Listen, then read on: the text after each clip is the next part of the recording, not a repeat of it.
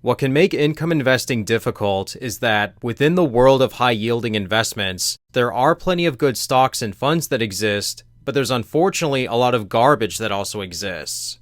A lot of stocks, ETFs, and closed-end funds offer really high yields and monthly payments, but they also have a long history of dividend cuts and falling share prices. So today we're going to take a look at not only just individual companies or individual dividend funds that have awful track records, but we're also going to take a look at entire sectors or categories of investments that should generally be avoided. Now, there may be a couple of investments in these categories that aren't bad, but I would generally advise that most people avoid all of these high-yielding investments despite their attractive yields. I'm also not saying that it's impossible to make money from these investments or investment categories. To give an example, this is one type of stock we're going to take a look at today. If you had bought this stock here, and then later sold it here, then you would have made a profit from it. I run into people every now and then who tell me they bought an awful investment and they still made a profit from it. And if you are able to time things, which is usually just luck, then you can make a return on nearly any investment. When I say that you should avoid these investments, what I mean is you should not try to retire off them. I would not recommend holding what I'm about to discuss for the long term, as in years or decades, to try to live off their dividends, because practically everything we're going to take a look at has declined over time. The first type of high-yield investment that I would generally recommend staying away from is high-yield CLO funds. CLO stands for Collateralized Loan Obligations, and there's a handful of closed-end funds that exclusively hold non-rated high-yield CLOs. Now, there are some funds that hold high-rated CLOs, and some business development companies will invest in CLOs as a part of their strategy. But I'm not referring to those investments, which are both good. I'm specifically talking about the funds that hold high-yield, high-risk CLOs where most of them aren't rated or they're very poorly rated. The reason I almost always recommend avoiding these investments is because literally every fund in this category has gone through dividend cuts and serious NAV erosion. A lot of income investors will get sucked in because they all offer outrageously high yields and they pay monthly distributions. We can see in this example that OFS Credit Company, ticker OCCI, yields over 28% and again pays monthly dividends. But this fund is down almost 75% in just a little over 5 years, and their dividend has gone through multiple cuts. A better pick in this sector would be Eagle Point Credit Company, which actually has grown its dividend several times in its history. But again, there are serious long-term share price declines with this, and their dividend has been reduced by quite a bit compared to what it used to pay.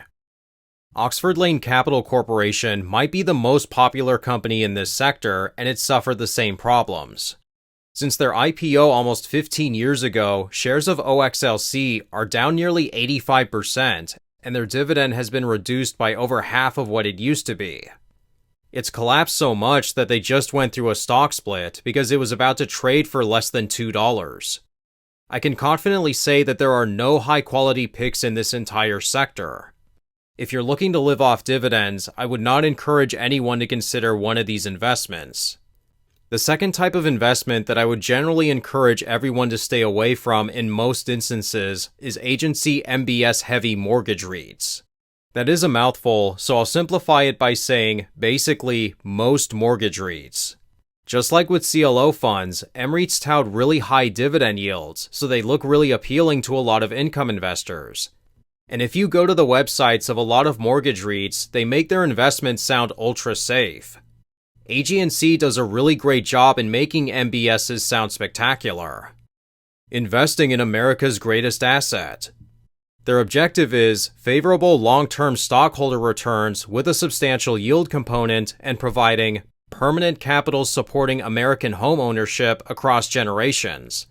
That sounds really appealing, doesn't it? It sounds like you're investing in ultra-safe assets that support people who own homes. But what exactly are agency MBSs? In a nutshell, they're pools of residential mortgages that are guaranteed by government-sponsored enterprises, or GSEs.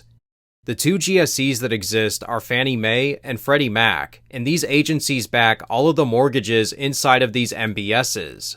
Should any of these home mortgages fail, then the agency will buy back the mortgage at its original value.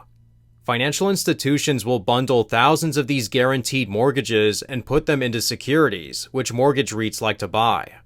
These agency MBSs are given the highest quality rating since they're fully guaranteed, and are sometimes even compared to US Treasuries given how safe they are. Now that all sounds really good, how could companies that almost exclusively hold these investments do bad? The problem that exists is that agency MBSs don't offer high yields. Since they're ultra safe, that always means that they offer small returns. So these mortgage REITs will use a lot of leverage to boost their dividends. Anytime you use leverage, it adds risk, even to a pool of safe investments. But MREITs use a substantial amount, and they employ other strategies to support their dividends. Over time, however, these companies don't do a good job with their portfolios. Annaly Capital is the biggest MREIT in the sector, by far, and you can see the destruction that's occurred, both with its share price and the number of dividend cuts that it's been through. Without a doubt, the two worst companies in this sector are Orchid Island Capital, ticker ORC, and Armor Residential, ticker ARR. Ever since COVID, however, all but one MREIT have gone through at least one sizable dividend cut. Some have been wrecked substantially, and they aren't showing any signs of recovering. One of the better agency MBS mortgage REITs, if I had to pick one, would be AG&C. Compared to their peers, this one is one of the better performers, although they've also gone through share price declines and dividend cuts. Overall, if you're going to pick a mortgage REIT to invest in, odds are good that it's going to be a bad or at least a mediocre one. The final investment type that you should never consider retiring off of is a single stock covered call fund. In other words, a covered call fund that's exposed to just one company.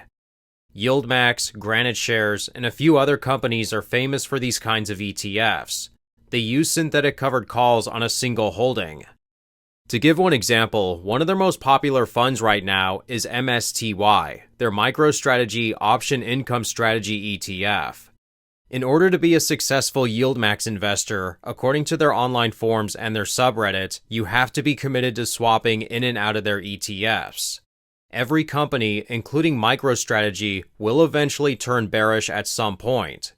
So YieldMax fans will attempt to swap out of certain funds and invest the proceeds into another fund depending on what's rising and what's falling. That is how most people on Reddit talk about investing in YieldMax ETFs for the long term. And to me personally, that just doesn't sound like a great retirement. I remember when Tesla first came out. In their first couple of months it was trading, all of these people were claiming they were going to retire early off this ETF. Fast forward to today, and its share price and dividends are down massively. Imagine a couple of years ago, you saw this fund and decided you were going to live off its dividends. Even if it was just a moderate amount of your portfolio's income, your dreams of an early retirement would have likely ended very early. And actual shares of Tesla stock have soared since this YieldMax fund was introduced. I always get criticism for saying this, but don't invest in a single stock covered call fund to fund your retirement, unless you're speculating with a very small amount of your portfolio. When it comes to high-yielding investments, single stock synthetic covered call funds are among the riskiest picks you can come across. Diversified covered call funds are always better choices, as you won't be exposed to just one company's performance. So that's going to be our look at some high-yielding investments that I would strongly encourage people not to fund their retirements off of. Let me know your thoughts in the comments if you disagree or not. Or maybe you know of some investments in these categories that actually are good. If so, then feel free to share them. But with that being said, that's going to wrap up today's video. If you'd like to connect with me and see what's inside of my own high-yielding dividend portfolio, then feel free to check me out over on Patreon. You'll be notified when I make trades, and you'll get access to our Discord with other high-yielding investors. Thanks again for watching. Please be sure to like this video and subscribe if you want more high-yielding investment content. Thanks again for watching, and I hope you all have a great day.